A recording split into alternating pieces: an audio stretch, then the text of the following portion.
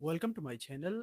आज हम बात करते हैं एक्यूट पेंक्रियाटाइटिस के बारे में। इसका मतलब है कि जो आपका पेंक्रियाज यानी लबलबा है, जिसमें से इंसुलिन प्रोड्यूस होती है, उसकी इन्फ्लेमेशन हो जाए तो इस कंडीशन को एक्यूट पेंक्रियाटाइटिस कहते हैं।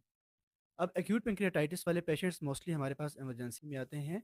और जो पेशेंट्स एक्यूट पेंक्रियाटाइटिस के साथ आते हैं उन पेशेंट्स में बहुत सीवियर एब्डोमिनल पेन होता है, स्पेशली जो आपका स्टोमक वाला रीजन है, एपिगेस्ट्रियम, इस रीजन में बहुत सीवियर पेन होता है।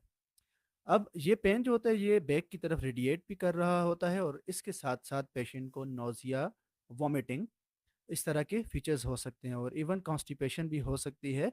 और बाउल साउंड्स जो होते हैं यानी बाउल की मोटिलिटी जो है उस टाइम पे या तो बिल्कुल नहीं होती या फिर बहुत कम हो जाती है।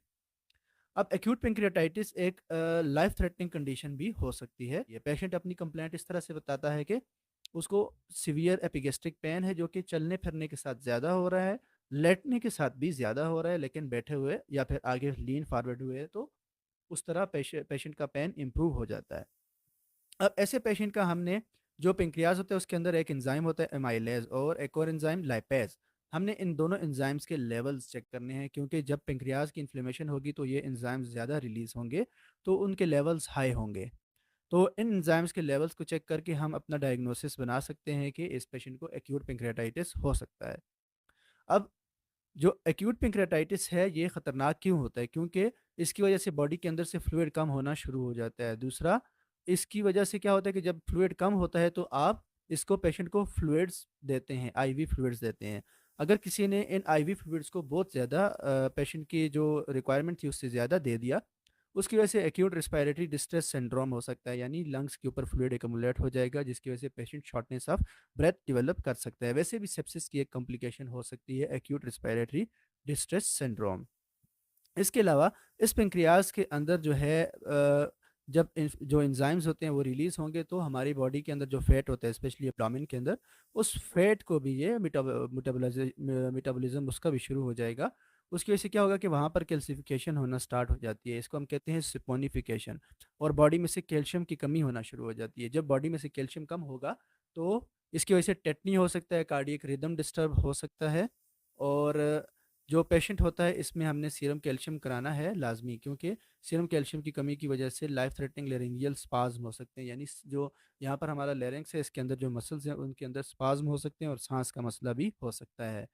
तो हमने सीरम कैल्शियम करा के अगर कैल्शियम की कमी है तो कैल्शियम को भी रिप्लेस करना है। दूसरा, इसके अंदर जो होते हैं इंसुलिन रिलीजिंग सेल्स होते हैं, उनकी जब डिस्ट्रक्शन होगी तो ग्लूकोज लेवल्स बॉडी में ज़्यादा होते हैं, और अगर बार बार आपको एक्यूट पेंक्रियाटाइटिस हो रहा हो तो एक्यूट पेंक्रियाटाइटिस की वजह से आपको डायबिटीज़ मिलाइटिस भी डेवलप हो सकती है।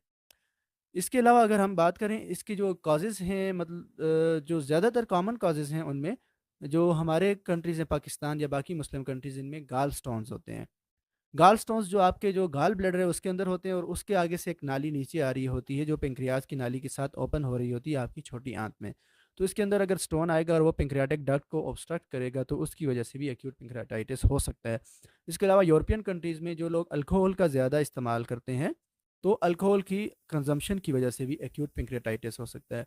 बाज़ औक़ात ईआरसीपी एक प्रोसीजर है जिसमें क्या करते हैं, एक स्कोप के थ्रू जो है आपका जो कॉमन बाइल डक्ट है, जो गाल ब्लैडर की डक्ट है, उसमें से स्टोन को निकालने की कोशिश करते हैं, तो उसकी वजह से भी पेंक्रियाटाइटिस हो सकता है। इसके अलावा स्नेक बाइट, स्कॉर्पियन बाइट, कुछ ड्रग्स, जैसे आप शुगर के लिए कुछ ड्रग्स ले रहे हो, फॉर एग्जांपल एक्जिनाटाइड, सेमाग्लोटाइड, ये GLP-1 एनालॉग्स हैं। इसके अलावा सल्फोनाइल यूरियाज, जैसे ग्लामिप्राइड, गेट्रिल वगैरह, इस तरह की अगर आप मेडिसिन यूज़ कर रहे हो तो इन मेडिसिन की वजह से भी हो सकता है।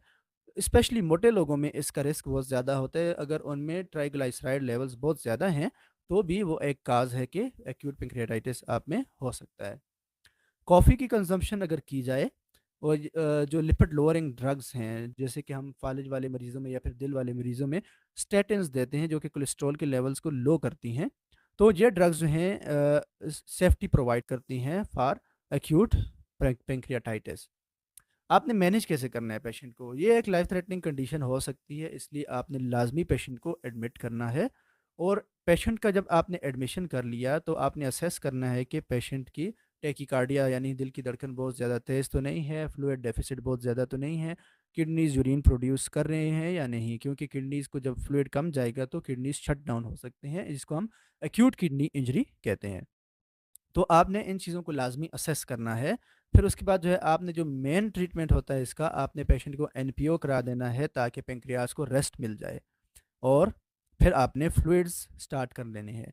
फ्लूइड्स जो होता है डिपेंड करता है सीवियरिटी पे। अगर माइल्ड है तो आपने 10 ml पर केजी का एक बोलस दे देना है। फिर 80 टू 100 ml पर आवर आपने फ्लूइड्स देने हैं। अगर यही फ्लूइड जो है वो डेफिसिट ज़्यादा है, अप टू 6 लीटर्स तक फ्लूइड की सिक्वेस्ट्रेशन हो सकती है। तो आपने शुरू में 1 लीटर्स एवरी आवर कुछ 2-3 घंटों तक देना है, और उसके बाद जो है आपने 250 टू 300 ml पर आवर तक आईवी फ्लूइड्स देने हैं। इसमें पेशेंट को पेन बहुत ज़्यादा होता है, इसलिए आपने पेशेंट के लिए एनाल्जेसिया का ख़ास तौर पर ख़्याल रखना है। आप फ़ीवर के लिए पैरासिटामोल दे सकते हो। आप जो है टोराडोल के इंजेक्शंस लगा सकते हो, जो कि एक एनएसएड है फॉर पेन। इसके अलावा ट्रेमाडोल मेटोक्लोप्रामाइड मिक्स करके आप दे सकते हो फॉर दिस पेशेंट। इसके अलावा इसमें सीवियर वॉमिटिंग होती है तो आपने ओंडानसेट्रान यूज़ करना है for as an antiemetic for vomiting.